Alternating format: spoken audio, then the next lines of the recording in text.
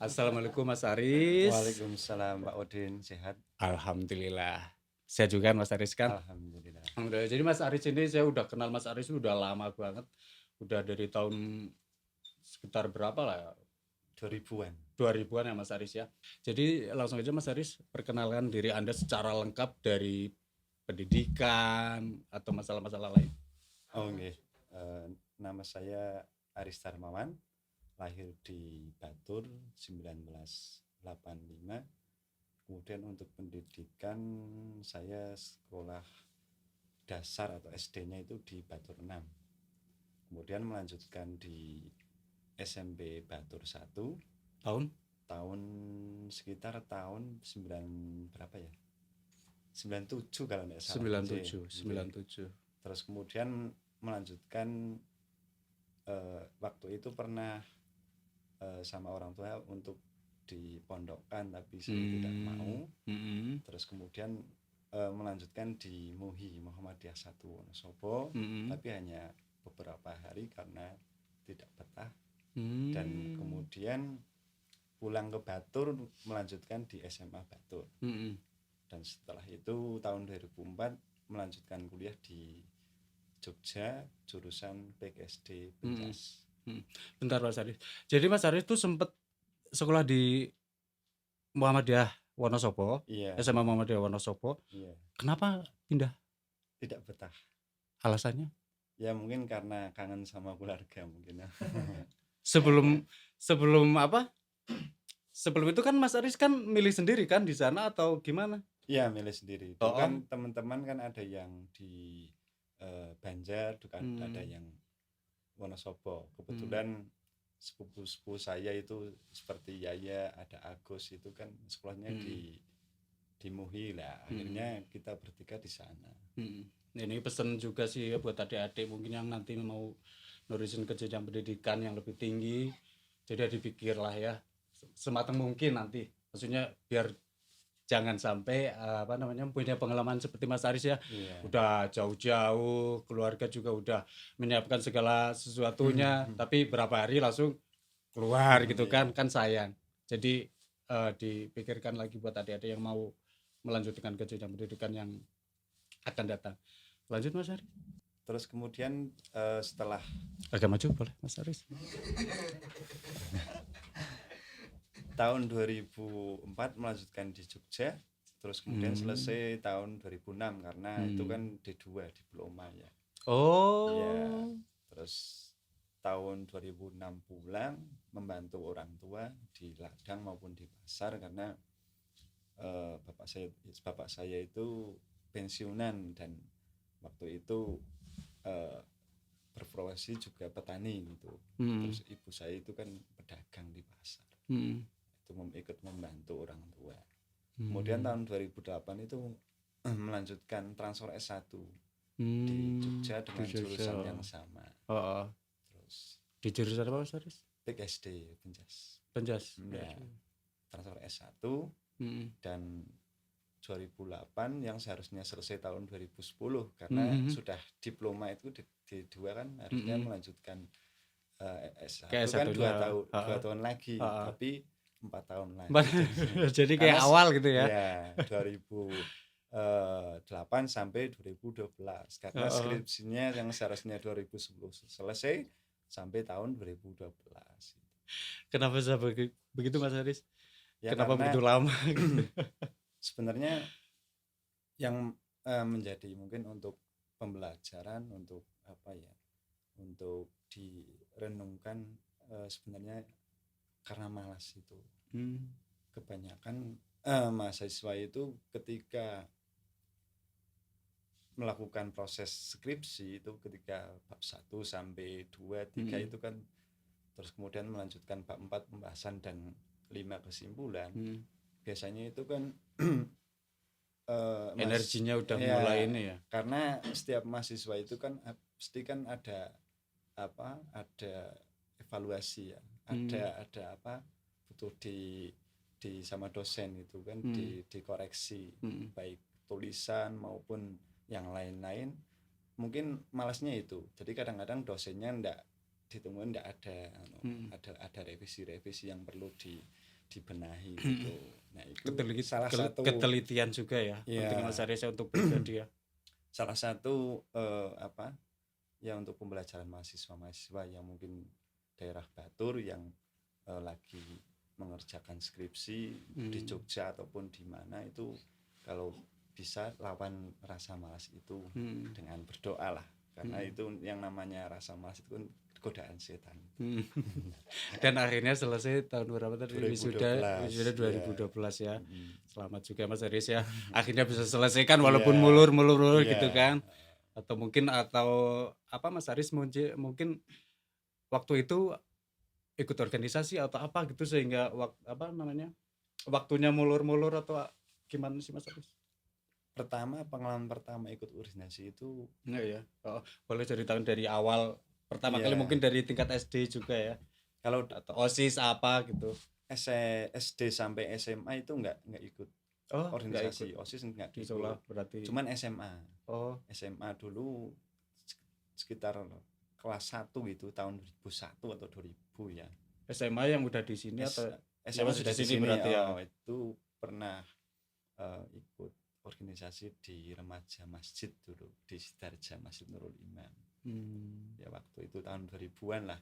Terus kemudian setelah kuliah tahun 2004 itu di Jogja ikut organisasi Hipmaba, Himpunan Pelajar dan Mahasiswa se-Batur gitu. Ya, sekecamatan Batur dulu. Kan dulu mahasiswa yang daerah Batur, baik Batur maupun dari Bakal, Dieng dan wilayah sekitar itu Ratamba dan lain itu kan ikut gabung di situ. Karisidenan Batur ya. Ya pokoknya bukan wilayah ya? Batur Oh lah ya, gitu bukan ya. Karisidenan. Pokoknya Apa ya? pelajar dan mahasiswa gitulah. Terus setelah itu tahun 2005 itu saya ingat pas libur kuliah itu kan dulu kalau tidak salah 3 bulan. Saya di sini selain membantu juga pernah ikut Taruna Melati itu. Taruna Melati itu apa? Taruna Melati itu sistem perkaderan di IRM itu. IRM Ikatan Remaja Muhammadiyah. Dulu sebelum IPM, dulu masih IRM. Ya. Itu tahun 2005 dan dulu di karantina kalau tidak salah 3 hari di MTS. Nah itu salah satu pengalaman juga di organisasi. Ya, selain dari tadi remaja, kemudian di Hipmaba, terus ikut IRM itu. Terus kemudian setelah itu tahun 2012 itu setelah selesai kuliah, Pak Wawan dulu ketua PJPM sebelum Pak Akrom. Aris Darmawan ya. Ya, Aris Darmawan Batur Utara. Karena ada 2 Aris Darmawan itu ya. Termasuk ya, kalau saya Batur Selatan ya. Itu 2012 atau 2013 itu dulu pernah ketemu Pak Wawan dan ketemu di sebuah hajatan di Sidarja dulu, bahasanya disuruh ikut pemuda. Waktu itu pertama ikut menjadi sekretaris bidang olahraga bersama Mas Frida. Dulu kebetulan Mas Frida itu ketua bidang olahraga periodenya Pak Wawan. Tapi setelah itu kan hanya setengah periode kalau tidak salah, 2 tahun, karena saya kan masuknya masuk pimpinan itu agak akhir-akhir kalau tidak salah, itu akhir periode kalau tidak salah 2 tahun lagi atau 1 tahun lagi. Kemudian Musyab Pemuda saya masuk pimpinan lagi dan bergabung bersama Mas Frida lagi di bidang olahraga menjadi sekretaris. Terus kemudian setelah itu Musyab periodenya Ketua Pak Akrom, saya diamanai untuk menjadi ketua bidang perkaderan. Ya, setelah periode Pak Akrom selesai, terus sekarang periodenya Mas Frida itu saya diamanai untuk menjadi ketua bidang ekonomi. Ya. Gimana rasanya? Ya, alhamdulillah. Dipercaya untuk menangani bidang ekonomi. Sebenarnya ya lumayan berat sih, karena beban atau motivasi. Ya juga senang karena sesuai dengan apa ya, karena saya juga sekarang nggak ngajar sih, dulu kan pernah ngajar juga di SD Muhammadiyah tahun 2014 sampai 2016 dulu pernah ngajar. Dan alhamdulillah ketika setelah selesai di SD Muhammadiyah tahun 2016 saya jadi petani gitu. Ya cukup apa ya, cukup sedikit tahu tentang pertanian di Batur, baik intinya hortikultura lah, sayur-sayuran gitulah, baik kentang, kobis maupun yang lain-lain. Nah kemudian di PCPM yang periode ke-18 ini, muktamar yang ke-18 ini, saya diamanai untuk menjadi ketua bidang ekonomi yang sebelumnya diemban oleh Mas Faza gitu, Dokter Faza, dokter hewan itu. Tinggal melanjutkan yang alhamdulillah sudah punya amal usaha Tanimu itu, toko pertanian ya, di situ sudah punya. Dan sekarang di periode saya ada usaha tani nanam kobis untuk penopang organisasi pemuda Muhammadiyah. Ya. Itu udah berjalan berapa lama, Saris? Ini berarti insya Allah bulan Agustus nanti panen. Berarti hanya kebetulan kami punya salah satu program dari bidang ekonomi itu kan, selain dari usaha tani juga ada nanti ada semacam seminar tentang pertanian ataupun peternakan. Jadi ada wacana itu dan ada program itu, salah satunya itu. Nah di bidang ekonomi ini salah satu bentuk ya, karena yang namanya bidang ekonomi itu kan carane luru cari uang lah gitu. Karena di sebuah organisasi itu kan saling berperan semua, saling membutuhkan gitu. Bidang ekonomi yang mencari sumber dana, bahasanya seperti itu, mencari dana untuk penopang secara keseluruhan organisasi pemuda Muhammadiyah. Jadi misalkan dari bidang ekonomi mencari dana, kemudian nanti bagian bidang dakwah, terus bidang perkaderan itu bagian ngelebur.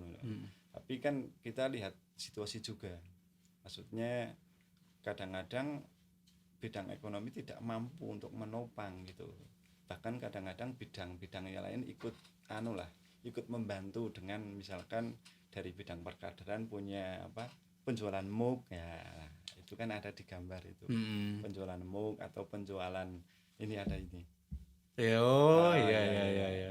Terus atau gantungan kunci dan lain-lain, itu salah satu untuk membantu untuk penopang organisasi. Cuman aku jadi penasaran sih Mas Aris, maksudnya kayak PCPN sendiri kan membentuk bidang ekonomi.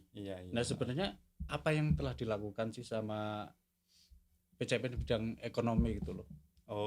Untuk sebenarnya untuk ekonomi itu kan tadi yang saya sampaikan itu untuk selain dari untuk mencari sumber dana bahasanya. Nah sumber dananya itu dari mana Mas Aris? Kebetulan dari bidang ekonomi itu kan dari Muhammadiyah kan punya tanah wakaf. Jadi tanah wakaf Muhammadiyah itu kan kalau tidak salah itu sekitar ada 8 atau 10 lokasi gitu.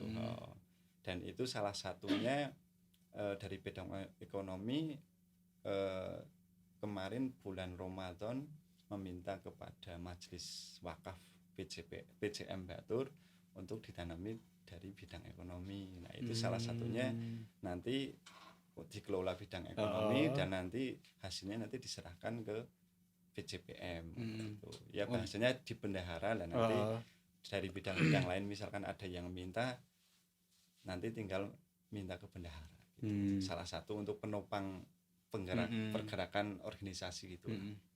Saya pernah dengar ada Tanimu ya kalau nggak salah ya. Nah itu apa sih Mas Aris sebenarnya Tanimu itu?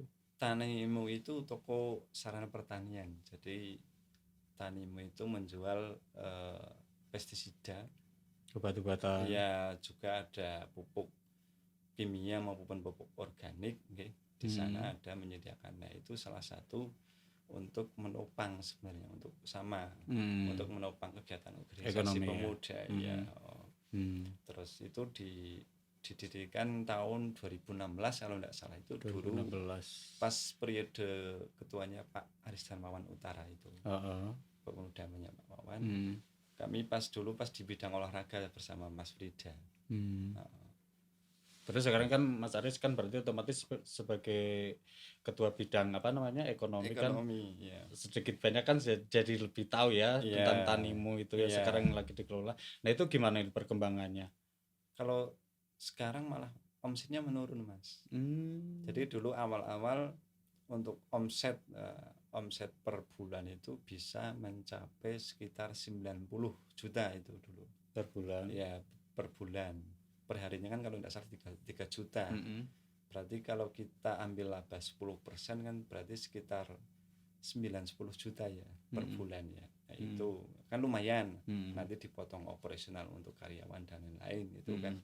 Tapi sekarang itu paling hanya 1 juta Mas per hari. Berarti kenapa sekitar itu, 30 juta. Karena persaingan. Hampir 30% turunnya. Iya.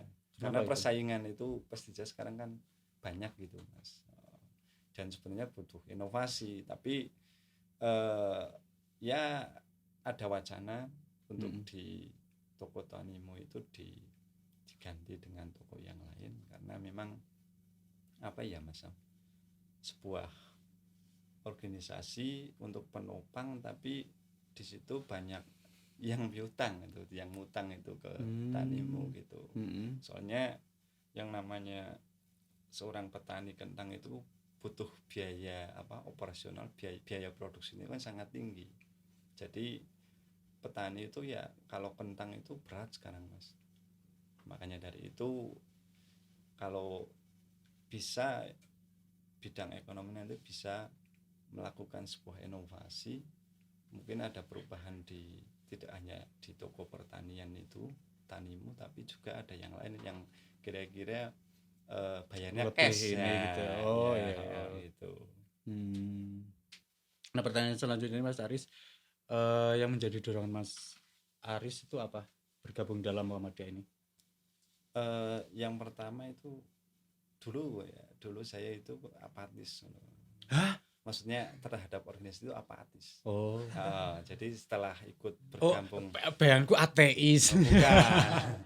Atau ateis itu yang di Eropa ya bentukannya itu ya. Jadi apatis, cuek lah bahasanya seperti itu. Tapi setelah saya pikir-pikir bergabung di sebuah organisasi, terutama organisasi Islam, bergabung di Muhammadiyah itu manfaatnya luar biasa. Salah satunya mendapatkan ilmu ya, baik tentang ilmu ibadah, muamalah maupun berkaitan dengan akhlak dan lain sebagainya. Kemasyarakatan lah ya, Mas Aris. Karena di situ kita bergerak di bidang dakwah dan sosial. Gitu. Jadi motivasi saya itu karena di situ dapat ilmu, dapat teman banyak, terus kemudian di situ juga dapat yang paling penting itu dapat merubah diri saya. Gitu. Kesibukannya bertambah berarti Mas Aris? Iya, tidak apa-apa. Karena menurut kami di organisasi terutama di ormas itu kalau menurut saya itu sebuah ladang pahala gitu. Karena dalam hadis Nabi kan khairun nas anfahum linnas, sebaik-baik manusia itu bermanfaat bagi orang lain. Itu kembali ke, kalau teks hadis itu kan kembali ke kapasitasnya masing-masing gitu. Jadi manfaatnya itu kan entah itu pikirannya bermanfaat untuk orang lain, maksudnya pikirannya, tenaganya, hartanya maupun yang lain-lain. Jadi kembalikan ke masing-masing orang tersebut gitu. Manfaatnya sebenarnya saya punya potensi apa gitu. Iya, dimanfaatkan sedemikian rupa, tapi untuk hal yang bermanfaat gitu. Lebih harus mengenal diri ya. Iya. Kan sibuk banget nih Mas Aris nih, udah ini segala macam. Nah, cara mengatur waktunya gimana Mas Aris? Organisasi, keluarga atau apalah? Itu sih tergantung ya. Kalau menurut kami saya melakukan itu ya terutama disiplin di jamaahnya gitu.